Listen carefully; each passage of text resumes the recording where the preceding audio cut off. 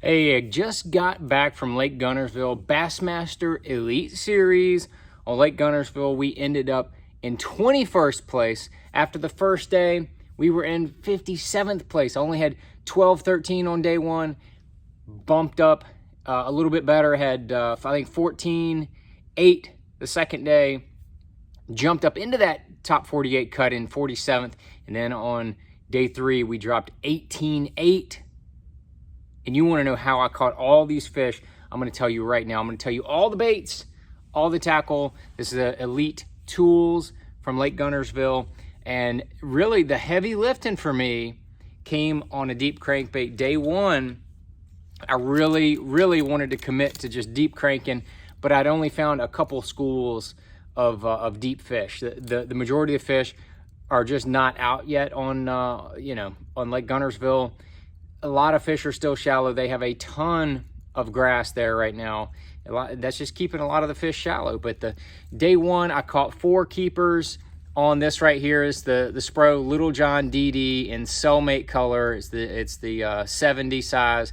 I've got 2 Gamakatsu number 2 treble hooks on there. I really try to keep the new ones on there sticky sharp. I really think that's important. That is a bait that I've caught thousands and thousands of bass on, that exact color and everything. And this one was brand new. You can see I threw it so much. It's got a little hook rash on the side of it, but that bad boy right there, was getting the job done on day one. I caught some keepers on day 2 and 3 on it, but really was not my go-to. My line that I always deep crank with is the Sunline 12-pound Sniper. That is the deal. That they have the Crank FC, which I love for shallow cranking, but it's got a little bit of stretch in it.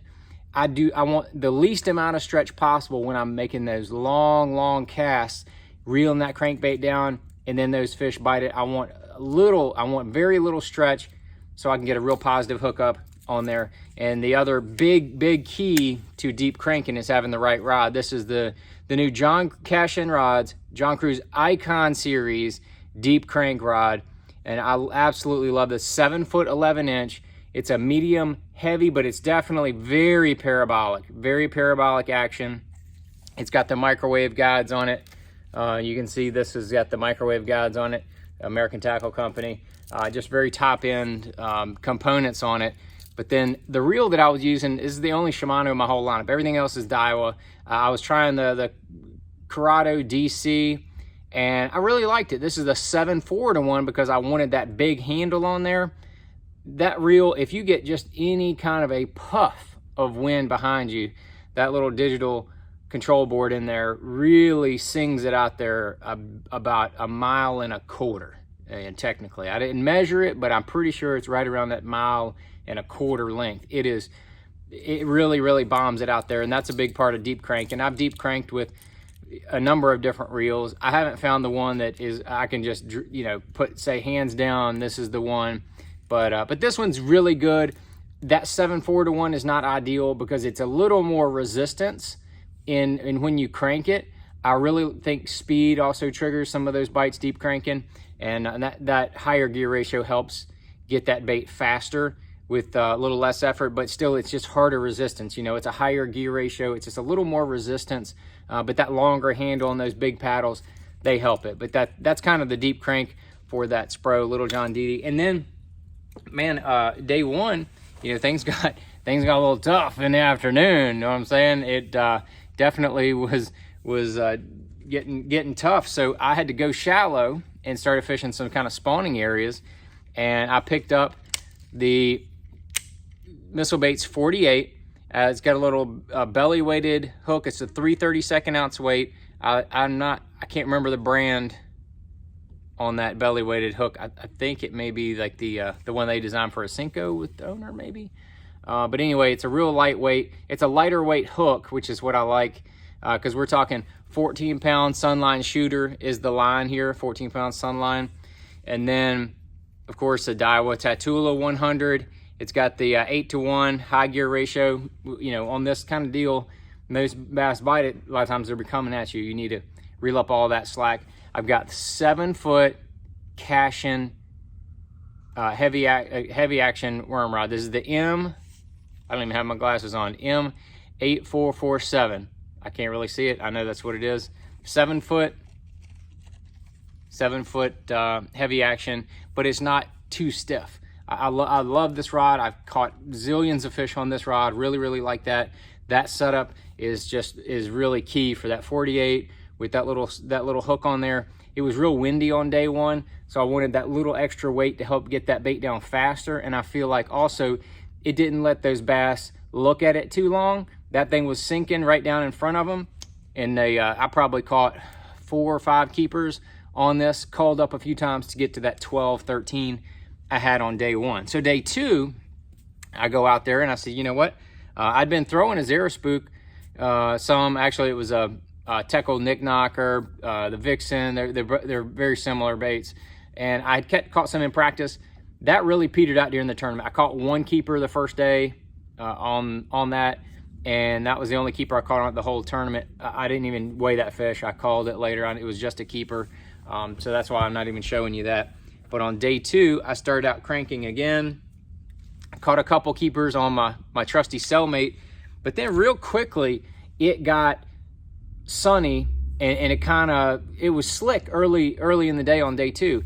And the water in Guntersville, because of all that extra grass, is a little clearer than I've seen it. And you know, we all know Guntersville gets a ton of fishing pressure. So what I did is I switched over to one of my other good friends, the Little John DD, in a color we call Spooky Nasty. It is very much just very heavy on the blue glimmer.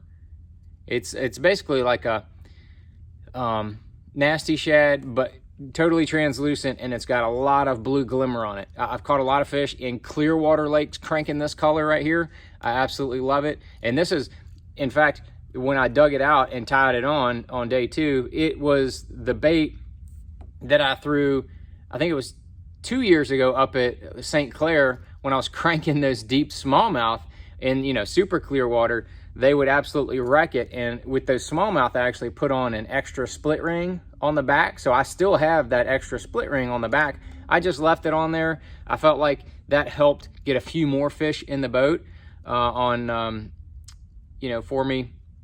And so on day 2, went out there, caught a couple early, switched over to this, and it was a little too early. So I went back and went through that spawning area with the 48, but since it was calm, I couldn't get bit on that. So I said, I know what I could do. I pulled out the old Neko rig. This is a Missile Baits quiver.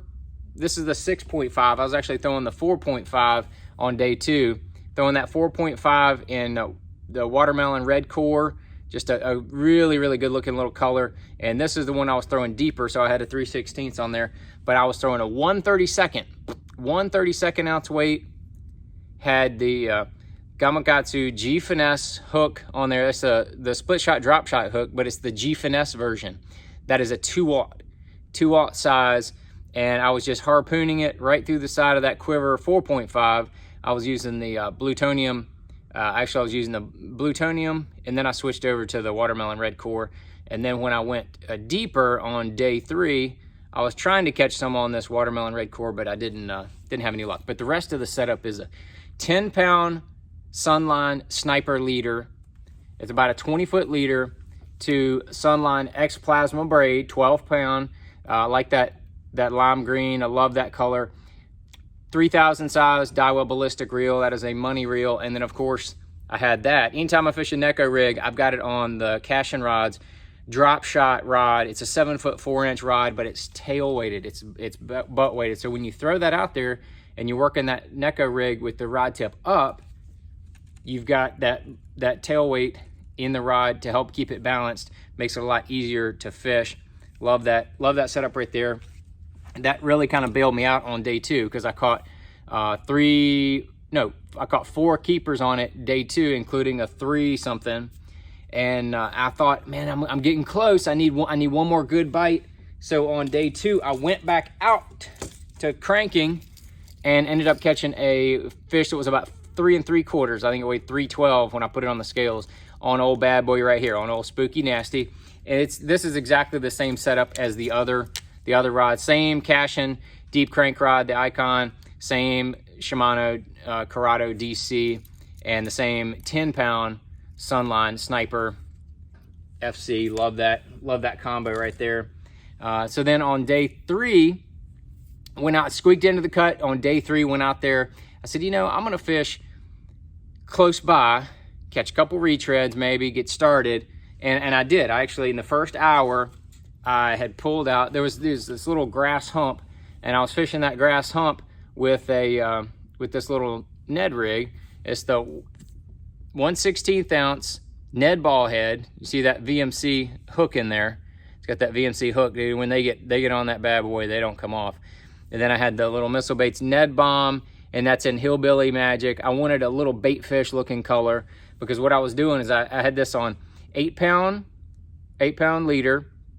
Sunline Sniper is obvious choice. Had about a 20-foot leader down to that same Sunline X Plasma 12-pound braid. Daiwa Tatula 3000 series. Had that on the Cashin rods, micro jig rod. That's what I like to throw the Ned rig on. So I was throwing that out there, and I was that 1/16 ounce. It falls real slow, just kind of glides, and I was letting it get down 2, 3, 4 feet into the edges of that grass, and then I was just pulling it out, and then just letting it fall on semi-tight line. It was just kind of drifting and falling.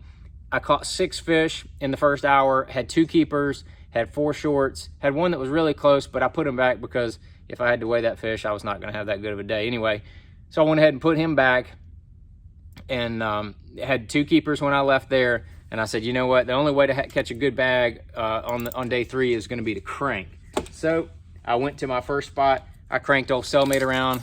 Actually, it was sunny and calm right off the bat on day 3. It was sunny and slick most of the day on day 3. So I picked up old Spooky Nasty again, got that bad boy going. First fish we caught was a 5 1/4, and I knew this thing was going to live and die in my hands on day 3, and that's exactly what I did. Kept that bait in my hand. I caught that 5 1/4. I had to really move around and change. I actually did catch a couple fish on some other baits. I caught one on a fluke. Caught one on a scrounger, 3/4 ounce scrounger. I'll show you that real quick too, because it's in my box. But I believe I ended up culling that fish. But it was just a 3/4 ounce scrounger with the little 5-inch jerky J. But that really was not the deal. I mean, I was fishing the same areas as I was fishing that crankbait with that. I did catch one keeper on that third day, but I ended up culling it with the crankbait. That crankbait was definitely the key. I just had to keep changing angles on that area. It wasn't like that those fish were schooled up in one tight little area. I'd see like 2 or 3 here, and then with the live scope I could run around and I'd see 2 or 3 over there.